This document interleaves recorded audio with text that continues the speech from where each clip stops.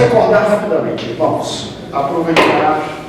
Isso, agora sim. Tá ok? Agora entrou onde a gente. Vamos recordar. No ano de inauguração, nós temos Jesus, em primeiro lugar, já vivendo na cidade de Nazaré. Segundo a palavra de Deus, Jesus desce ao Rio Jordão e todos sabemos para quê? Para ser batizado. Ele é batizado por João Batista e depois ele desce lá embaixo, no deserto da Judéia. Para quê? Se lembra? Para ser tentado. Ele é guiado pelo Espírito e ele é tentado. Ele retorna e imediatamente João Batista já o identifica como Cordeiro de Deus. E alguns discípulos de João Batista o procuram. E imediatamente ele tem os seus primeiros discípulos, na figura de Pedro, André, Filipe, João. Amém?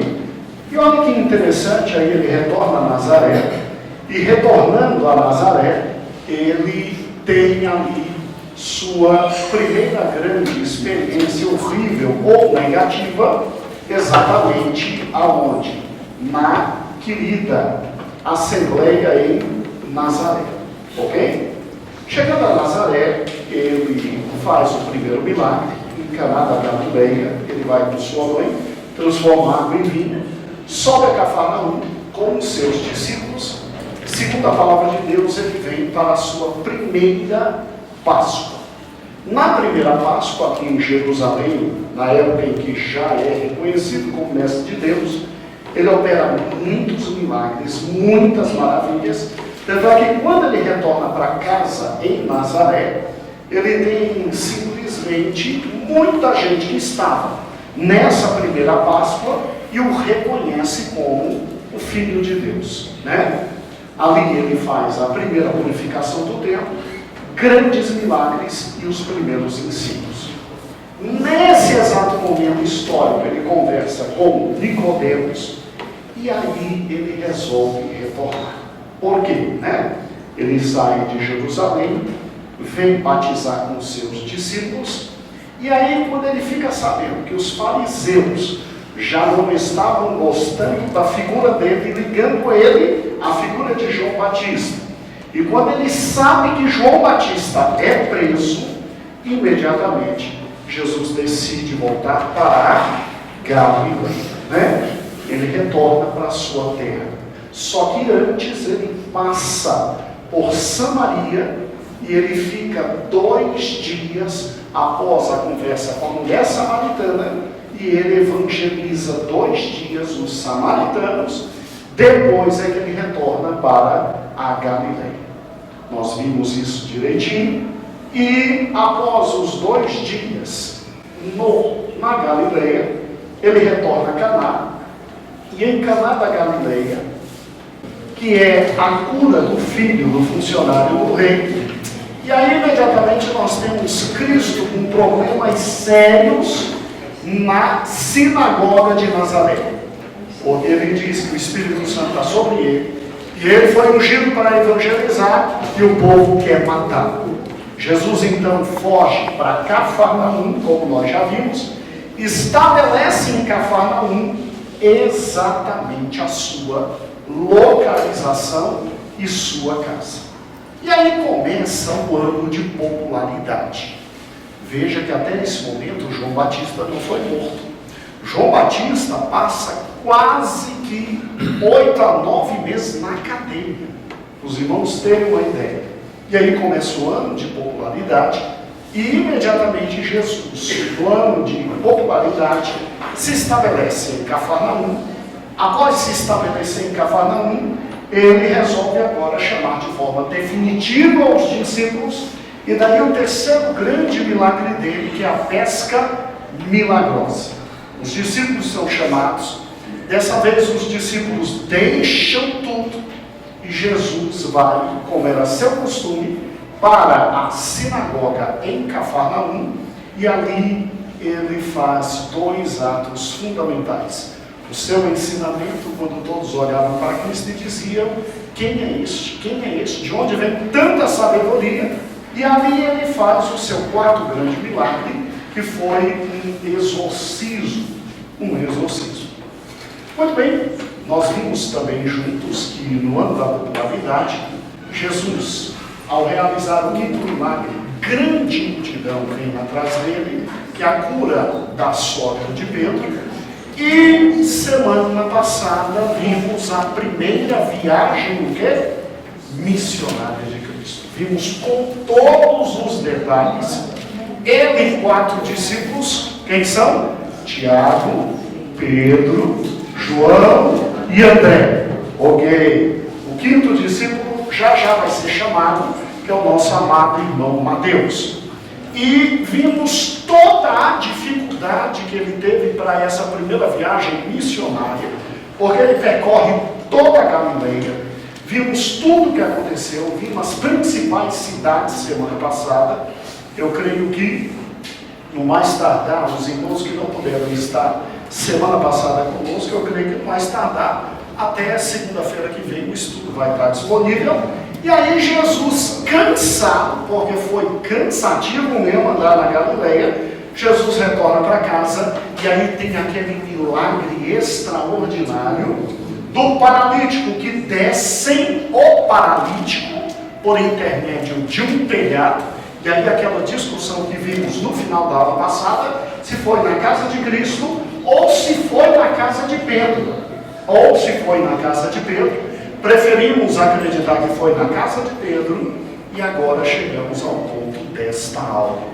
Ou seja, nós lemos os textos da palavra de Deus no final da aula passada e vimos que cresce a hostilidade contra Cristo por parte de quem? Dos fariseus e dos escribas. Vamos identificar direitinho para os irmãos. O que aconteceu? Vamos juntos. Se os irmãos se recordam, Jesus olha para o rapaz, ou homem, ou senhor idoso, alguém que foi descido literalmente pela parte do telhado da casa. Olha para ele e diz: os teus pecados estão perdoados. Os teus pecados estão perdoados. E aí os fariseus, um olha para o outro e diz assim: quem é esse indivíduo para dizer que pecado está perdoado? Quem é ele para perdoar pecado? Ele não é Deus? Aí Jesus, sabendo do que estava no coração deles, segundo a palavra de Deus, Jesus diz assim: o que é mais fácil dizer? Perdoados estão os teus pecados? Ou toma a tua cama, levanta-te e anda? O que é mais fácil?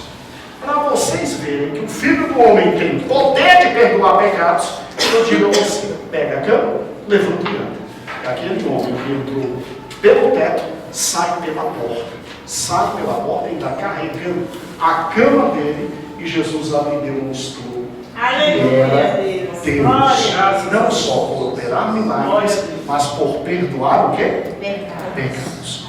Agora vamos entender a questão dos fariseus e dos escribas. A aula de hoje é exatamente para isso. O que aconteceu? E por que essa hostilidade cresce agora? E a partir desse momento, todos os textos que formos estudar na quarta-feira, sempre tem um escriba, um fariseu, revoltado, querendo arrebentar Cristo, até chegar ao ponto de levá-lo ao ponto. Qual o problema dos escribas? Qual o problema dos fariseus? Para que você entenda quem são estes seres, nós vamos voltar ao Velho Testamento e nós vamos esta noite aprofundar e entender quem são os escribas, os fariseus, e por que eles começam a perseguir o nosso Senhor e Salvador Jesus Cristo. Volte comigo, por gentileza, ao período dos reis. E não é difícil, porque estamos estudando no domingo exatamente agora o segundo grande rei, que é o rei Davi.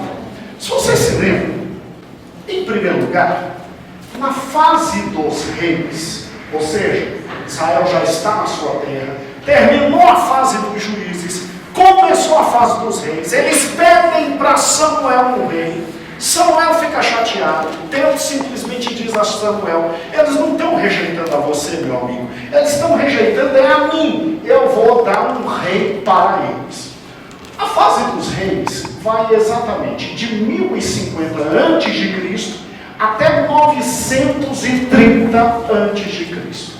Olha que interessante quando você tem o Reino Unido, porque em 930 o reino passa a ficar dividido, e em 500 e alguma coisa que vamos ver já já, Israel infelizmente é levada cativo. Observe isso, porque é fundamental para que você entenda por que os fariseus e escribas se posicionam contra Cristo e por que eles pensam ter esse direito.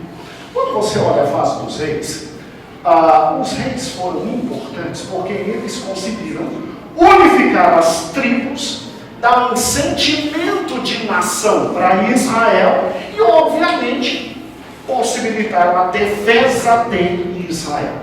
Você se lembra quem foi o primeiro rei? Óbvio que sim, né? O primeiro rei foi Saul, e ele reina quanto tempo, se lembra? 40 anos. O segundo rei foi Davi.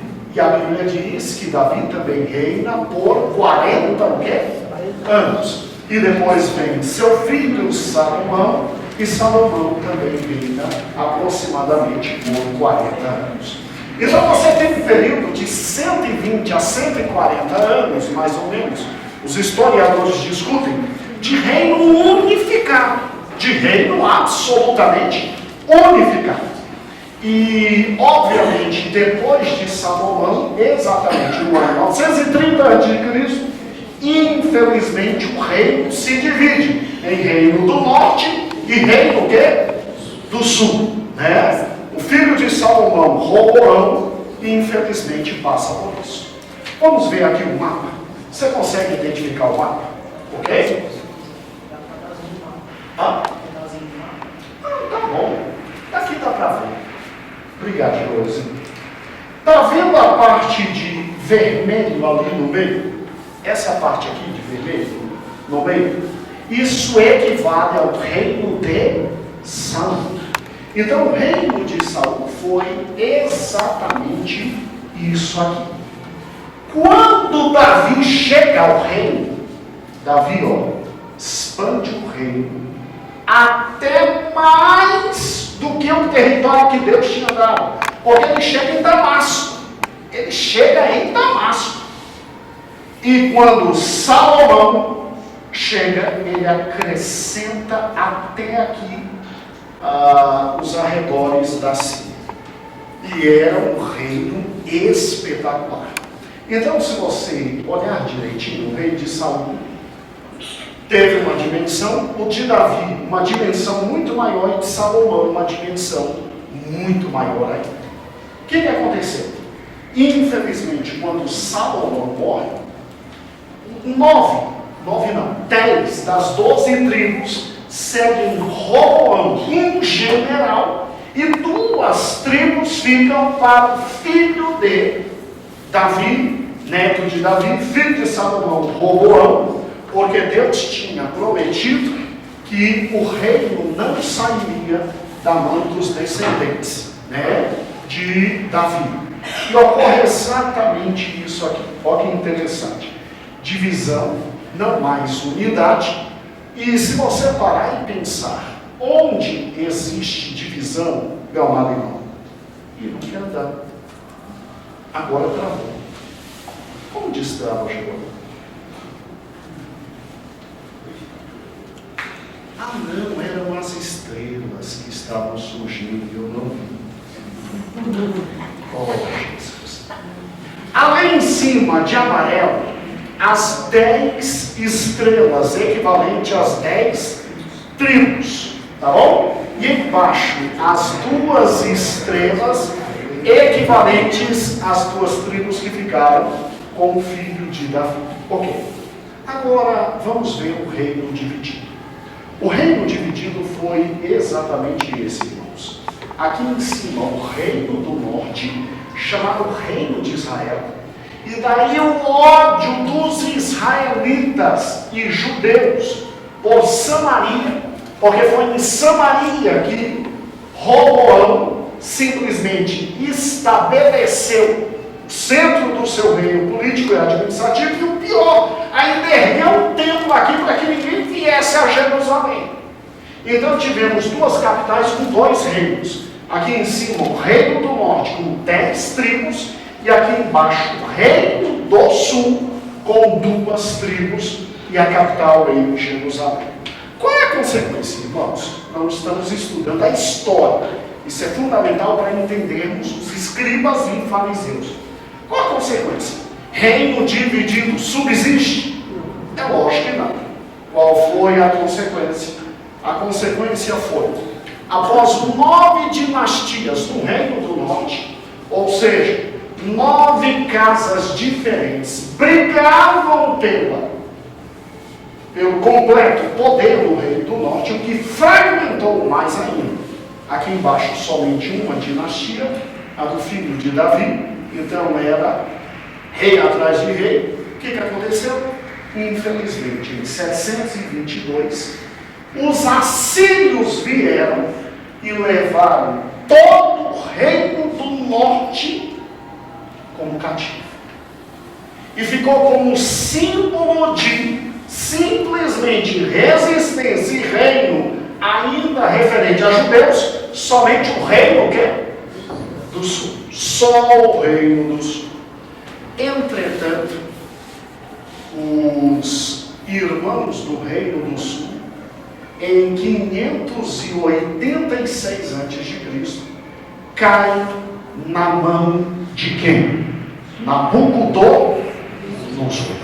E Nabucodonosor entra e arrebenta com tudo, principalmente o templo de Salomão.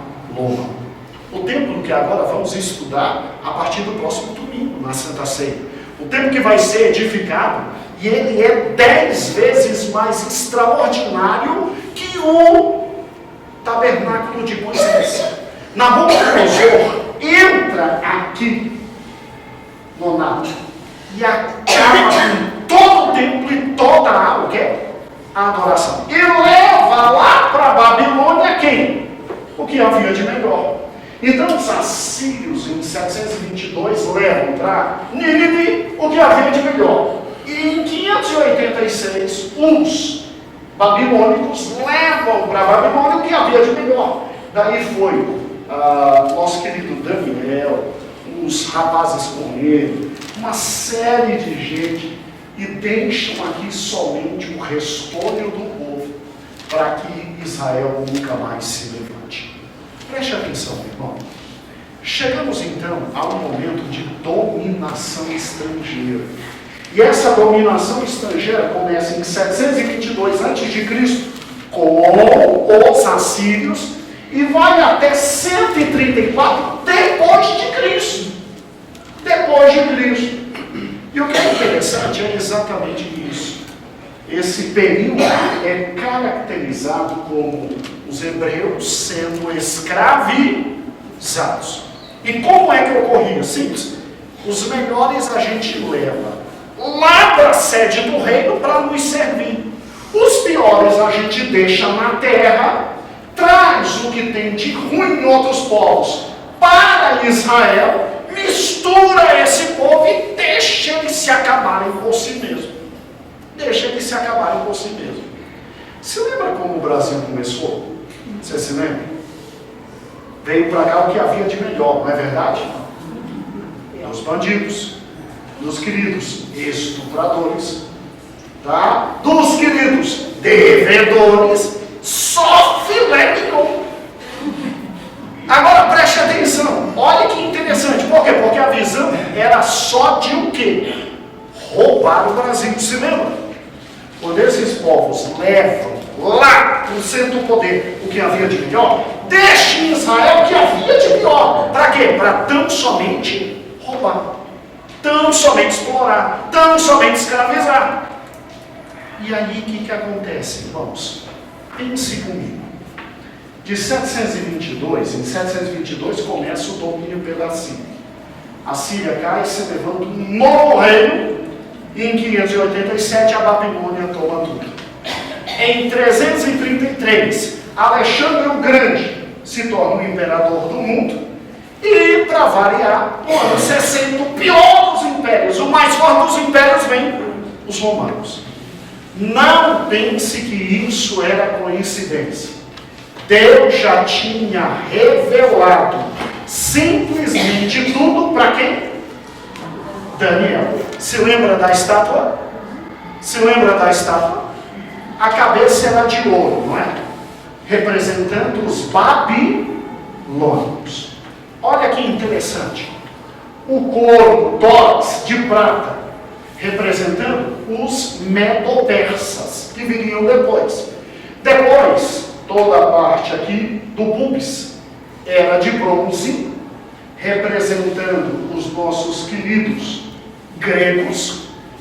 E a pior parte, a mais pesada, ferro, representando o quê? Os romanos.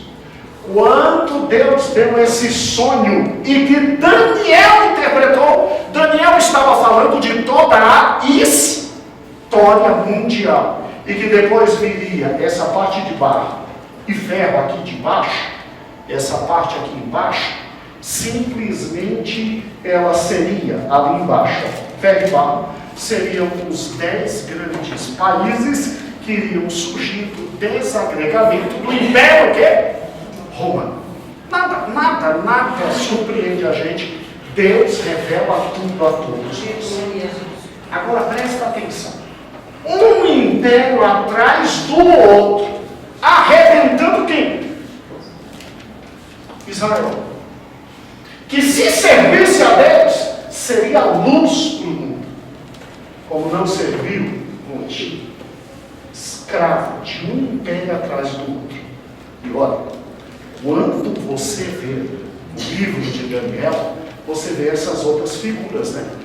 São figuras estranhas, né? Um leão que tem asas. Um urso forte que tem 3 grandes pedaços de costela na boca. Você tem um leopardo que voa. Se leopardo é rápido, voando então.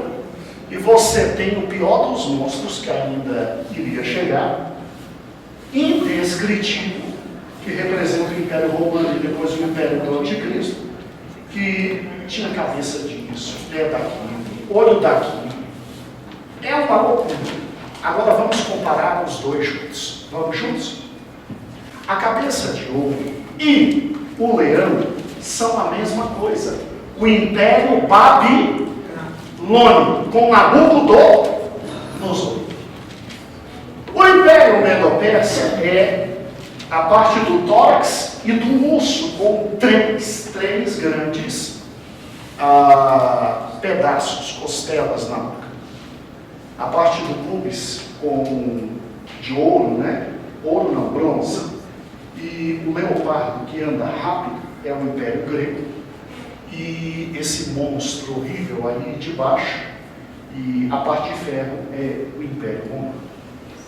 Agora olhe para cá, isso é fundamental para a aula de hoje.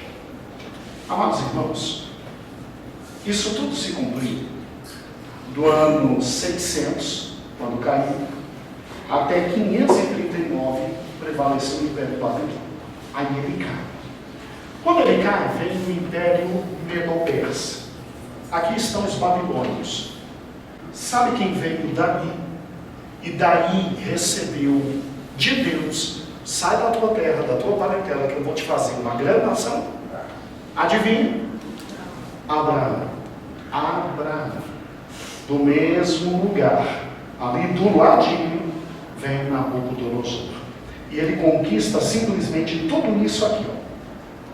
O mundo é esse, mas ele só conquista aquilo ali. O que já é grande coisa. Olha para cá. Está vendo ali?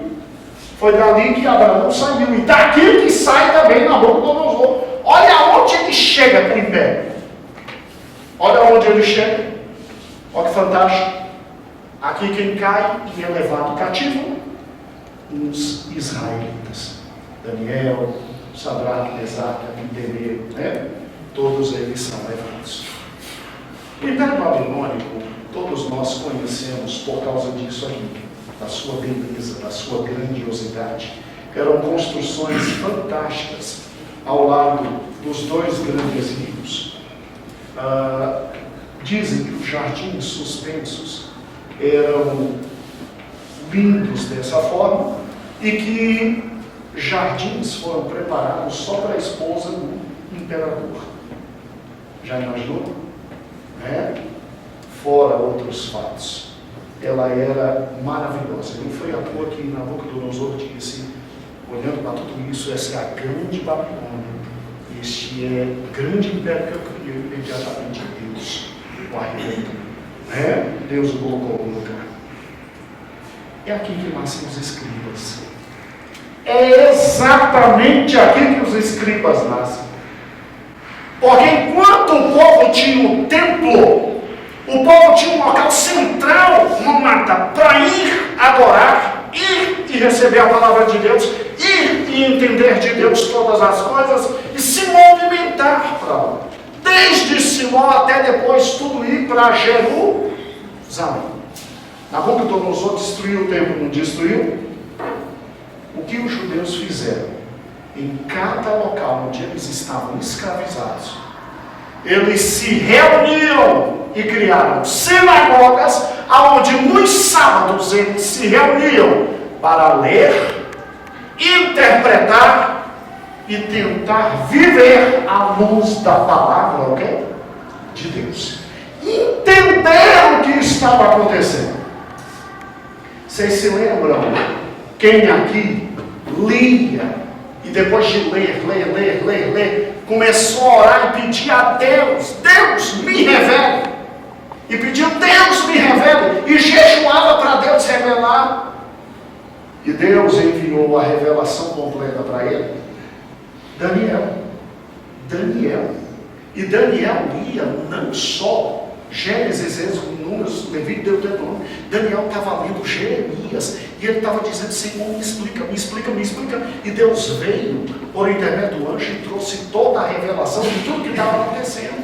Você não pense que eles, escravizados, eles viviam de forma aleatória e absolutamente jogada contra as coisas de Deus.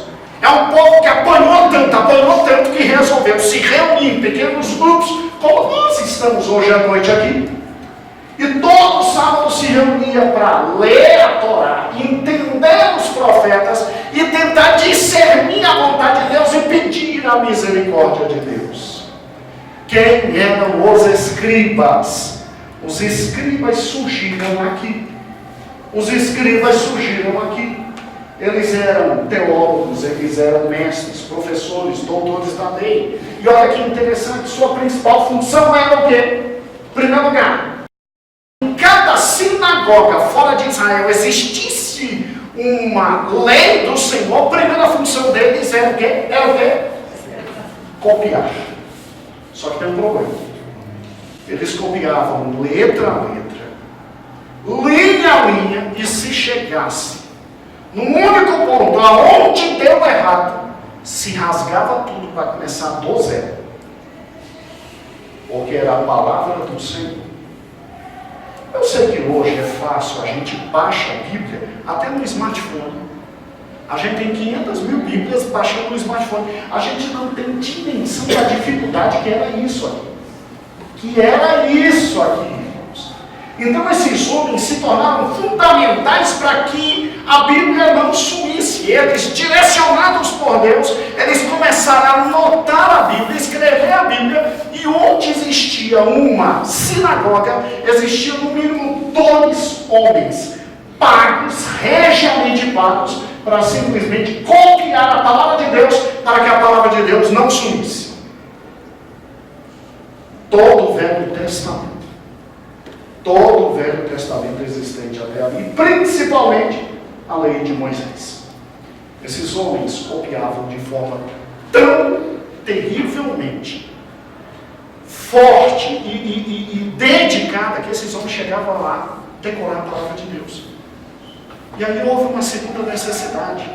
Eles tinham que agora simplesmente pegar o povo e ensinar a palavra de Deus. Eles sabiam tanto a palavra de Deus que eles passaram a interpretar e ensinar a palavra de Deus. Os escribas. Esdras foi chamado o primeiro grande escriba. Função deles, abriram escolas para o ensino da Escritura e interpretação da Bíblia. Então eles foram fundamentais para que os israelitas que viviam na dispersão, que viviam fora de Israel, pudessem saber ler e escrever. Não perdesse a cultura, porque você se lembra o que Nabucodonosor fez com Daniel e com os meninos todos? Comida, bebida, água, do melhor, cultura babilônica. Qual era a finalidade do diabo? Porque se você é escravo e você não está apanhando, você está comendo do bom e do melhor, você está bebendo do bom e do melhor, e você está aprendendo a ciência dos outros povos que te escravizaram para servir ao rei. Gente, que escravidão é essa? Você tem acesso à comida, você tem acesso a absolutamente todos os prazeres, tudo que vinha na mesa do rei. Como era então que esse povo não se perderia? Olha a importância dos o quê? Escribas. Olha a importância dos escribas. Quando eles chamavam todos para no sábado estarem nas sinagogas e ensinavam as sagradas letras e lutavam para que Israel não sucumbisse no tocante à palavra de Deus. Esses homens se preocupavam para que as sinagogas funcionassem normalmente e, obviamente, muitos deles depois se juntavam aos fariseus, porque o farisaísmo, irmãos, é um grupo político na época de Cristo. A maioria dos fariseus vinham de tradição de escribas. Compreendido? Vinham de tradição de escribas. Então, olha que interessante. Quando a gente, então, olha para todo esse período de tempo, e a gente vê exatamente tudo isso aqui, ó, tá? Cada parte do tempo, você vê, obviamente, que se tornava cada vez mais difícil do povo se reunir em Israel para servir a Deus e reerguer o templo. Então as sinagogas foram locais fundamentais e os escribas, homens de Deus, para que a palavra de Deus não se perdesse. Para que a palavra de Deus não se perdesse. Aí vem o segundo império, o Império Persa. Se lembra de Ciro? Se lembra da palavra de Deus falando sobre Ciro? Olha o que esse homem fez, irmãos. Em primeiro lugar, onde começou o Império Persa? Ali de amarelo, está vendo? Está vendo? Ali começou o Império Persa. Esse homem simplesmente dominou a Babilônia. E o que ele fez? Olha a parte verde. Ele pegou a parte amarelinha e ele expandiu nessa parte verde toda. Ele dominou de norte a sul do mundo conhecido. Depois dele, em 547, veio essa parte aqui da Europa, aonde está ali, ó, Sardes, Éfeso, Tiatira, e depois, por fim, ele domina toda essa parte aqui, aonde Jerusalém estava. Jerusalém estava. Aqui ocorreu algo maravilhoso. O povo de Deus retorna, e o povo de Deus retorna com Zorobabel, com Joshua, com Neemias e com Esdras. E pelo menos o templo é reerguido. O templo é reerguido. Mas os mais importantes judeus não puderam voltar. Daí a importância das sinagogas. Agora chegamos no momento mais terrível da história. O Império Grego. Irmão, já ouviram falar de Alexandre o Grande? O pai de Alexandre dominava essa partezinha aqui, ó, chamada Macedônia. Essa semana nós estamos lendo Filipenses, né? Se lembra, pastor Elias explicando que Paulo queria simplesmente continuar aqui aqui, ó, evangelizando aqui, e aí Deus lhe dá um sonho e Deus diz, passa para o quê? Macedônia. Paulo diz, eu tenho que ir para a Europa então. Surge a primeira igreja na Europa, na casa de uma mulher chamada Lídia. Na casa de uma mulher chamada Lídia. Exatamente aqui. Exatamente aqui. Você sabe o nome do pai de Alexandre o Grande? Filipe. A grande capital da Macedônia que ele funda tem o nome de quê? Filipos. Em homenagem a quem? A ele, o pai de Alexandre o Grande. E uma cidade tão fundamental que foi exatamente onde o Evangelho começou na Europa inteira. Aí a viagem de Paulo atingindo aqui toda a Grécia. Toda a Grécia. Agora olhem para cá, irmãos. Olha que fantástico. O pai de Alexandre só conquistou ali. O pai de Alexandre, ele só conseguiu conquistar essa parte aqui. Tá certo? O que Alexandre fez? Alexandre só fez isso aqui, irmãos, ó. Viu? Vou mostrar de novo. O filho, Alexandre o Grande, só fez isso, ó. Ele só conquistou todo mundo civilizado. Ele veio para cá. Cada partezinha dessa aqui é uma cidade que ele fundou. Levando o que nós chamamos de helenismo. Nota aqui que é o helenismo. Forma de viver dos gregos. Deus para tudo que é lado. Se lembra de Paulo chegando em Atenas, como ficou horrorizado. Tinha Deus para tudo. Vida promíscua e absoluta liberdade cultural. O helenismo era a cultura que Alexandre o Grande levava para transformar o mundo inteiro em uma grande Grécia. Só que Alexandre o Grande morreu, irmãos. Ele conquistou até Jerusalém também, tudo aqui conquistado. Ele morreu.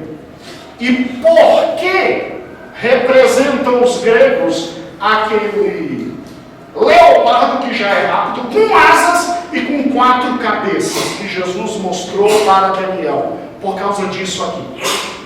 Alexandre o Grande morre aos 33 anos. E veja, ó. O império dele é dividido entre 4 generais. O primeiro general, ali em cima, Cassandra, que ficou com a maior capital de toda a Grécia. O segundo general, Lisímaco, ficou com a parte da Ásia Menor, que nós chamamos de Ásia Menor. Aí, 2 grandes generais brigaram muito entre si. Aqui, toda essa parte norte aqui, a mais rica do império, Antíoco, Seleuco, e Ptolomeu ficou com essa parte aqui de baixo. Ptolomeu ficou com a parte de baixo. Olha para cá, irmãos. Antíoco ficou com Jerusalém. E Antíoco simplesmente fez algo maravilhoso. Ele simplesmente quis colocar goela abaixo dos judeus que estavam se recuperando. Exatamente o quê? Todo mundo grego. Ele proibiu o culto e os sacrifícios no templo. Ele proibiu a circuncisão. Ele mandou queimar todas as escrituras que existiam na época. Gente boa, né? Pergunte se ele tinha um demônio no corpo. Estamos juntos. E ele simplesmente colocou uma estátua de Zeus no templo de Jerusalém, no Santo dos Santos. Você ouviu? E ele ofereceu um porco dentro do local santo. Você pode imaginar o que isso provocou nos judeus? Você pode imaginar. Não deu outra. Revolta dos Macabeus.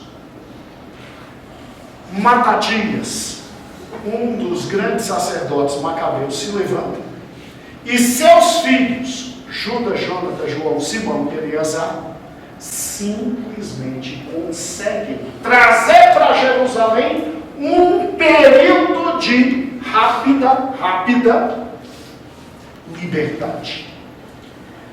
E aí um problema sério. Quem são os fariseus?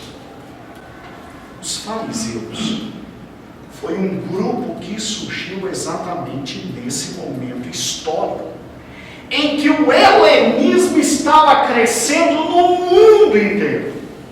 E os fariseus, chamados hassidim, ou seja, aqueles que procuram se separar do helenismo.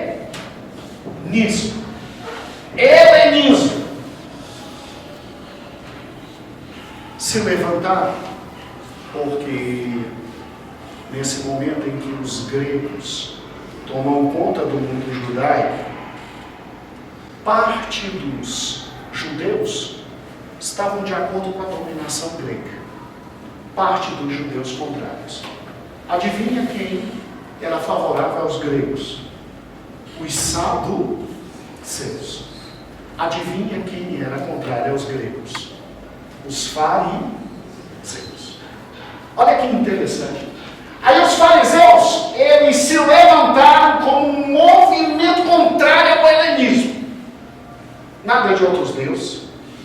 Completa separação entre Jeová e Zeus.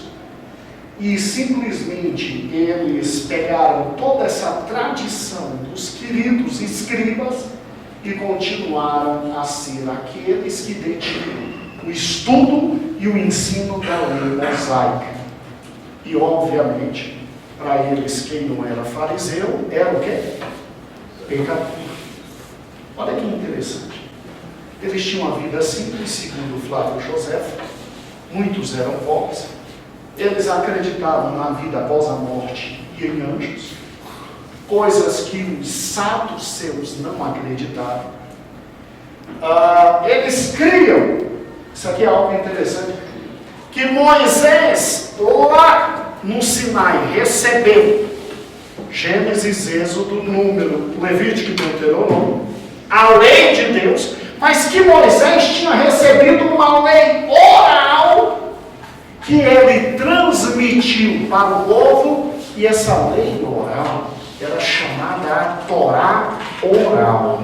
Era chamada uma lei baseada em costumes que depois Jesus veio dizer: meu pai não mandou costume nenhum para vocês, e os costumes de vocês invalidam a lei do meu pai. Então eles acreditavam que existiam duas leis: a lei escrita e a lei o quê? Oral. E essa lei oral tinha sido dada a Moisés, e Moisés tinha transmitido aos primeiros, e isso foi sendo transmitido como complemento da lei escrita. Como complemento da lei escrita. E Jesus em Marcos 7,13 diz que está errado. Jesus nunca abraçou os fariseus e sempre os chamou de hipócritas. Leia em casa depois Mateus 23 e você vai ver o ódio de Cristo pelos fariseus. E o que eu acho interessante é que, graças a Deus, não existiam somente péssimos fariseus. Você também tem os bons fariseus, como Nicodemos, como José de Arimateia, como Gamaliel, que deu conselho para não acabarem com a igreja no início da igreja. E ninguém se esqueça que Paulo era o quê? Fariseu. E na época de Cristo, duas grandes escolas de fariseus dominavam: a escola de Hillel, que era mais liberal, e a escola de Shammai, que era mais conservador, muito mais conservador. Amados irmãos, se você parar e pensar, quem são então os fariseus e os escribas? Pensa comigo. Agora, não pensa pelo lado negativo que você sempre pensou. Pensa pelo lado positivo. Império atrás de império, destruindo quem? Os judeus, com a sua o quê? História e com o seu aspecto religioso. Alguma dúvida disso? Agora, você tem nos escribas gente que estava tentando preservar o quê? Preservar toda a lei de Deus, o ensino da lei de Deus, o ensino da Torá e preservar o mínimo de luz para os povos. Acompanhe comigo o raciocínio. Depois dos escribas vêm os fariseus. E os fariseus simplesmente são escribas mais qualificados ainda. Porque eles surgem para lutar contra toda a influência do mundo grego dentro de quem? Dentro do mundo judaico. Então preste atenção nisso. Será que eles eram homens extremamente malignos? Ou será que aquilo que começa muito bem pode um dia se transformar em algo horrível, irmãos? Qual o problema? O problema é que eles estavam em Jerusalém. E o problema agora é, surge um maluco no norte do país, que está fazendo o quê? Milagres. Que está fazendo o quê? Prodígios.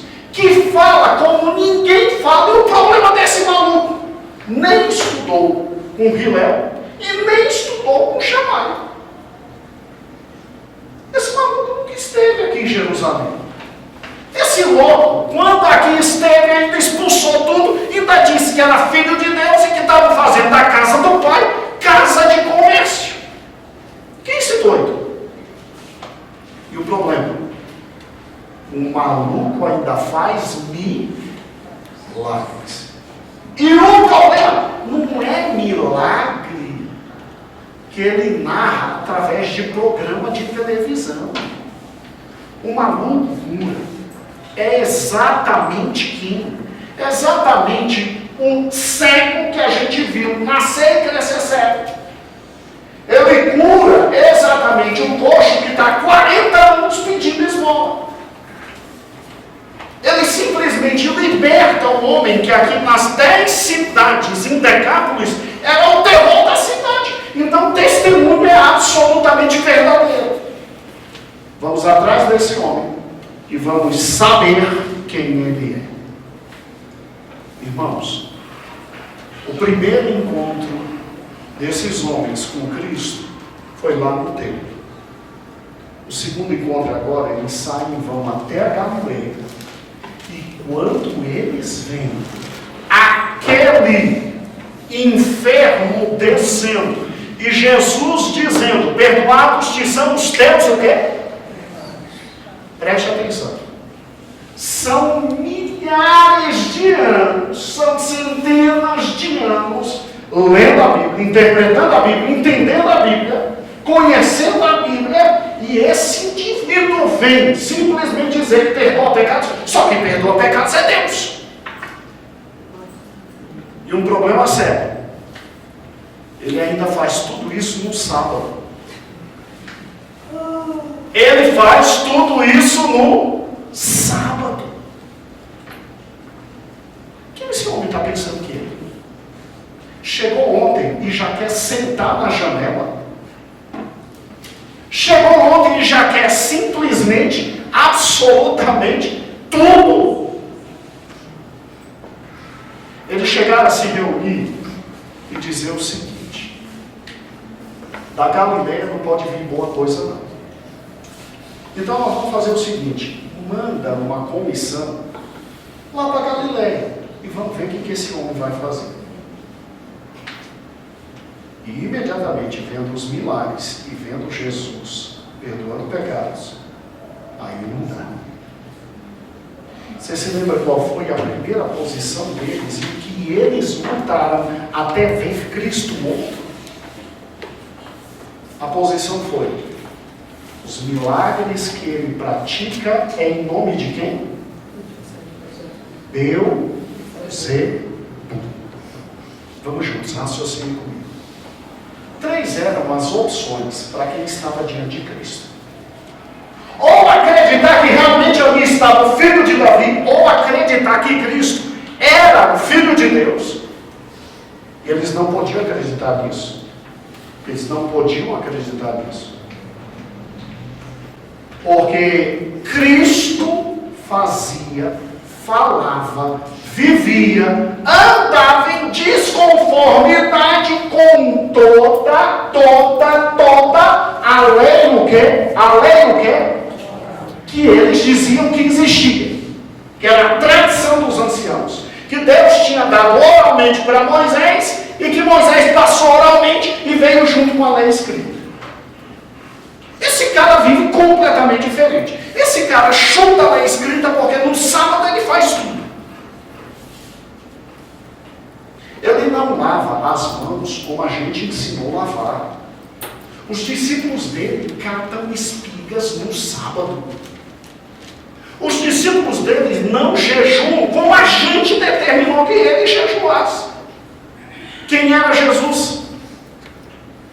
Jesus era um maluco fora da caixinha. Porque existia a caixinha da religião, onde todos tinham que estar. E quem dominava essa caixinha eram os fariseus. E Jesus estava fora da caixinha. Então só tem um jeito da gente arrebentar esse cara. Dizer que o que ele pratica é obra do diabo. Beelzebub. Só tem esse jeito. Porque se a gente disser que ele pratica isso em nome de Deus, nós estamos acabados. Porque vamos reconhecer que ele veio da parte de Deus. Negar os milagres dele, dá para negar? Dá para dizer que é embusteiro? Dá para dizer que é pilantra? Não dá, porque ele curou o cego que a gente sabe que é cego, e agora está vendo.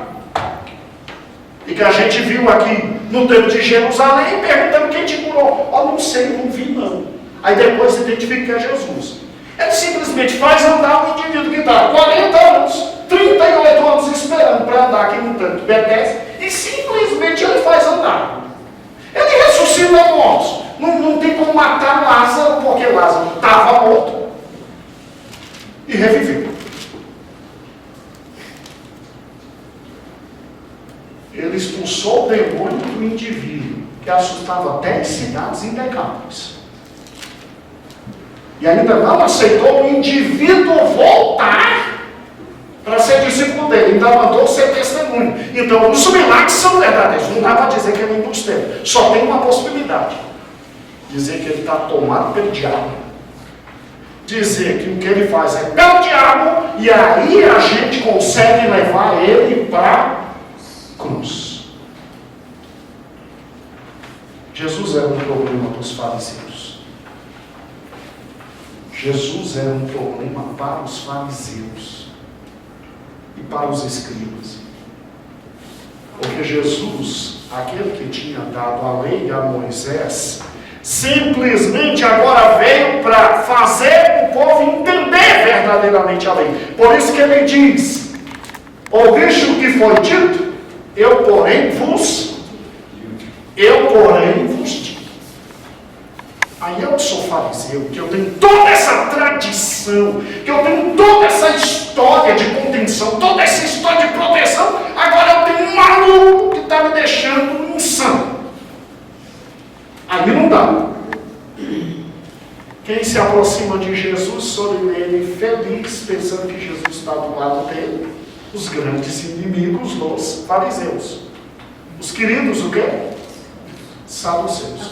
Conta uma história linda para Jesus.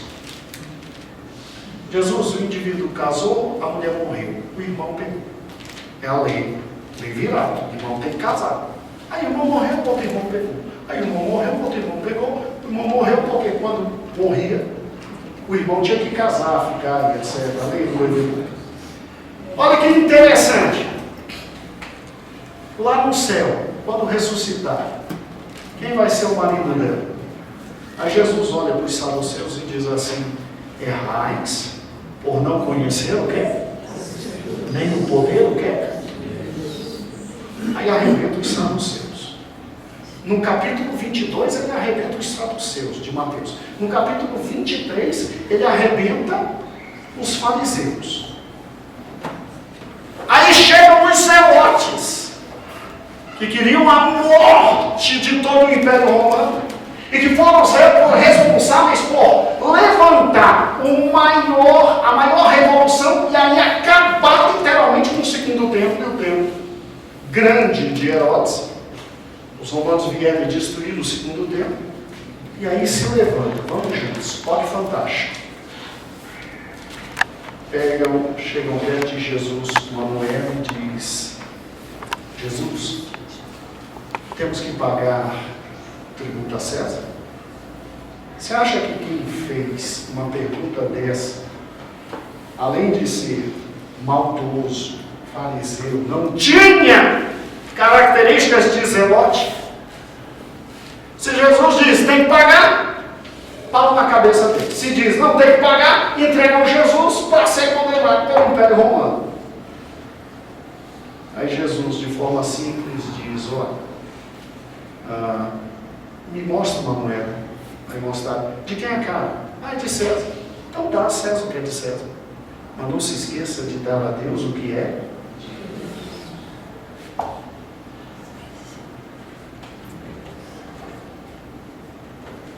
Aí tem um quarto grupo de judeus malucos. Ou você pensa que na época de Cristo era só fariseu e saduceu e zelotes? Tem um quarto doido. Esse é muito engraçado. Esse vai para os montes, fica nos desertos, solitário. Acha que mulher é ser maligno e deve sempre se purificar banho direto. E longe de todo mundo. Se lembra deles? E depois, lá na Idade Média, foram reproduzidos pela igreja. Se lembra deles? Olha que interessante. Muitos até dizem que João Batista era da tradição deles. Você tinha os fariseus, os saduceus, os zelotes e os essênios. Essênio era uma parte dos judeus que dizia para si mesmo: todo o judaísmo está errado, tudo está errado, nós temos que nos afastar desse mundo de trevas, de maldade, e temos que viver nos montes como ermitões, somente comendo o que Deus der, tomando banho sempre para purificar, esperando a graça de Deus, esperando o Messias, e acabou. Aí ficava esse grupo de malucos, nos desertos. Aí vem Jesus e tem como companheiras máximas do seu ministério as mulheres. Vem Jesus e come com publicanos e o quê? Pecadores. E os essênios enlouquecem. Como é que ele vive no meio de tanta gente pobre? Nós temos que nos separar. Fora o pessoal que ainda aproveitava do momento político para viver à sombra da grandiosidade de Roma. Você tinha os herodianos. Quem eram os herodianos? Os herodianos eram judeus que apoiavam Herodes no poder e seus filhos. E aí viviam das benesses de Herodes. Você tem os publicanos que aproveitavam do poder para cobrar imposto e para servir a Roma e para, na maioria das vezes, roubar muito mais do do que era devido.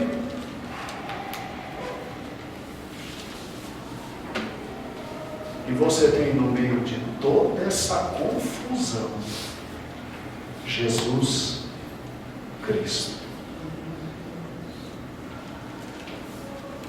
E em um dos seus discípulos tem um zelote, outro discípulo era publicano, outros pescadores. O maior de todos os seus discípulos de todos os tempos era um fariseu, circuncidado ao 8º dia, da tribo de Benjamim, e que largou tudo, fariseu de fariseus, apóstolo Paulo. E ele vem pegar essa gente maluca inteira, bota debaixo das asas dele e diz: agora vocês vão começar a viver o verdadeiro Evangelho. Glória a Deus. E daí surge a gente. Daí surgimos nós. Nós. Você sabia que para Pedro pregar na primeira casa de um gentio, ele teve que dar explicações aos nossos irmãos judeus? Você sabia que para Paulo continuar pregando os gentios, teve o primeiro concílio em Jerusalém e foi uma briga, um arranca-rabo. E aí depois que ele pode continuar a pregar os gentios, que os judeus queriam que os gentios se tornassem o quê? Judaizantes. Já imaginou que maluquice é essa?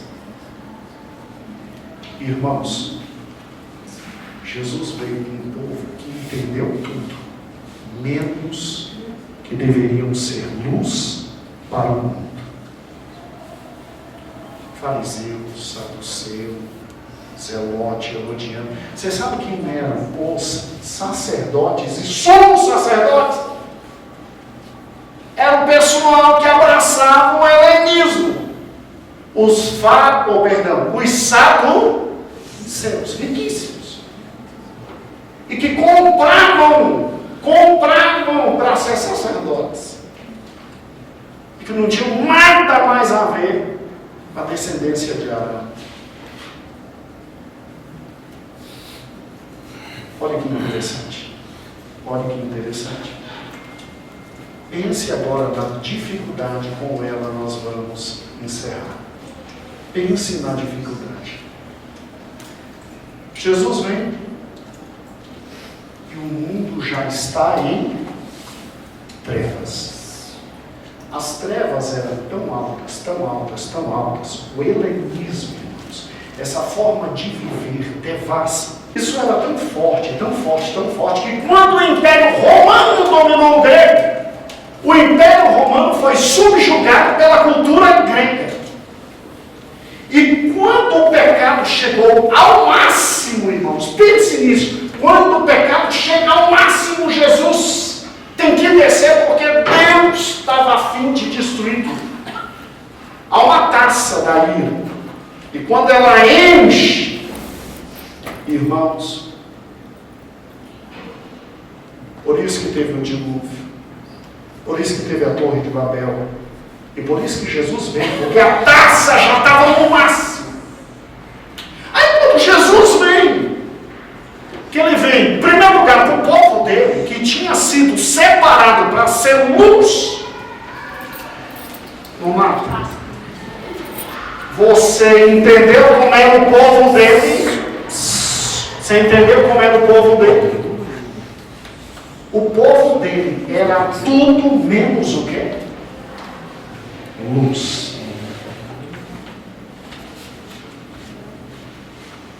Amados irmãos, diz será possível Jesus concretizar os dois grandes fatos. Primeiro, a salvação da humanidade. Em segundo lugar, a edificação da sua igreja. Diz que não era impossível. Veio antes para os...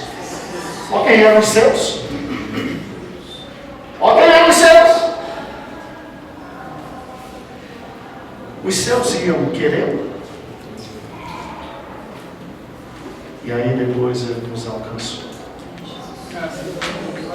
Ele nos alcançou.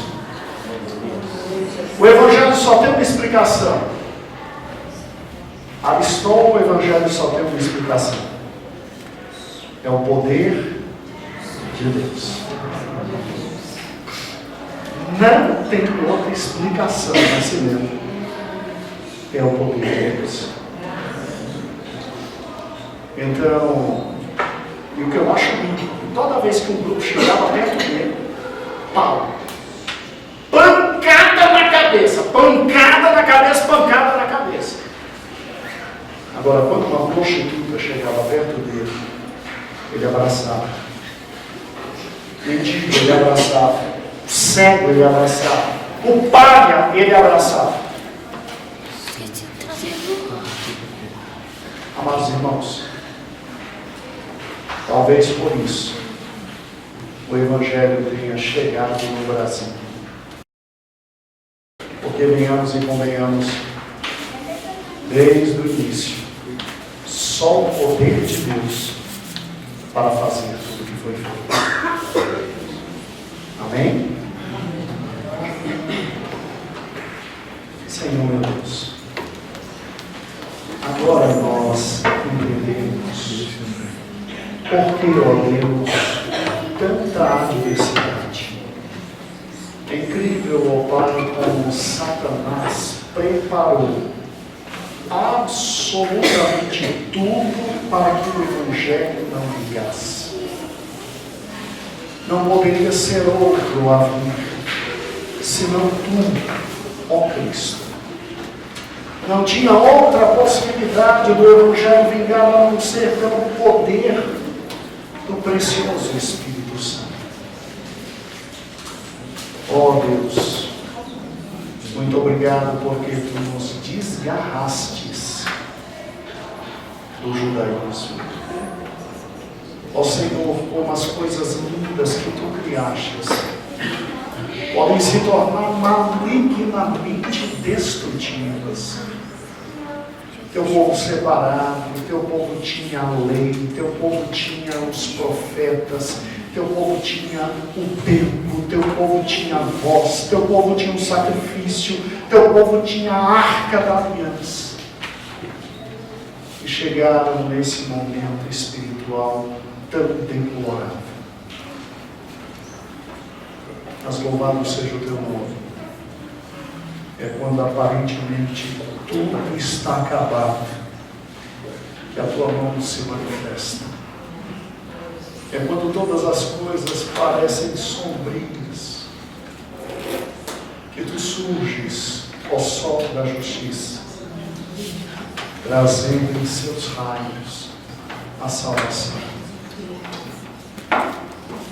Obrigado pelo teu Evangelho, teu poder, que atinge todas as vidas. Ó Cristo, obrigado por todas as coisas. Agora, Deus, ajuda-nos. Ajuda a mim, ajuda o teu irmão a não recriar tudo isso dentro da tua obra. Ajuda a mim, ao teu irmão, a meu irmão, Senhor, não levantar de novo todos esses grupos demoníacos, ó Deus. Tem misericórdia de nós. Ajuda-nos a não sermos, ó Pai, dificultadores do teu Evangelho. E agora nós entendemos porque tu dizes que se nossa justiça não exceder a dos escribas e fariseus, de maneira alguma entraremos no reino dos céus. Ajuda-nos a viver como tu vivestes. Ajuda-nos a olhar cada passo do teu ministério. E ajuda-nos a ser teus imitadores.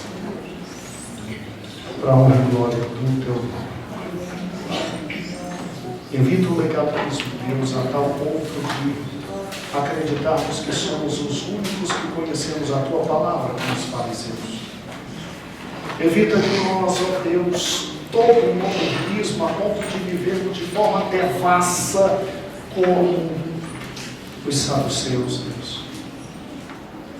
Evita, ó Pai, simplesmente a loucura do puritanismo a ponto de vivermos como os essênios e olharmos para todos como pecadores e miseráveis. Evita, Senhor, também o fato de estarmos tão perdidos em toda essa religiosidade falsa, a ponto de não crermos mais em nada e vivermos como os publicanos, as prostitutas, os ladrões, Deus. Senhor, ajuda-nos a viver como Tu vivestes, ó Cristo, para a honra e glória do Teu nome. É o que nós te pedimos e te agradecemos. Amém e amém. Deus bom, né? Vamos louvar a Deus, adorar o Senhor com nossas ofertas.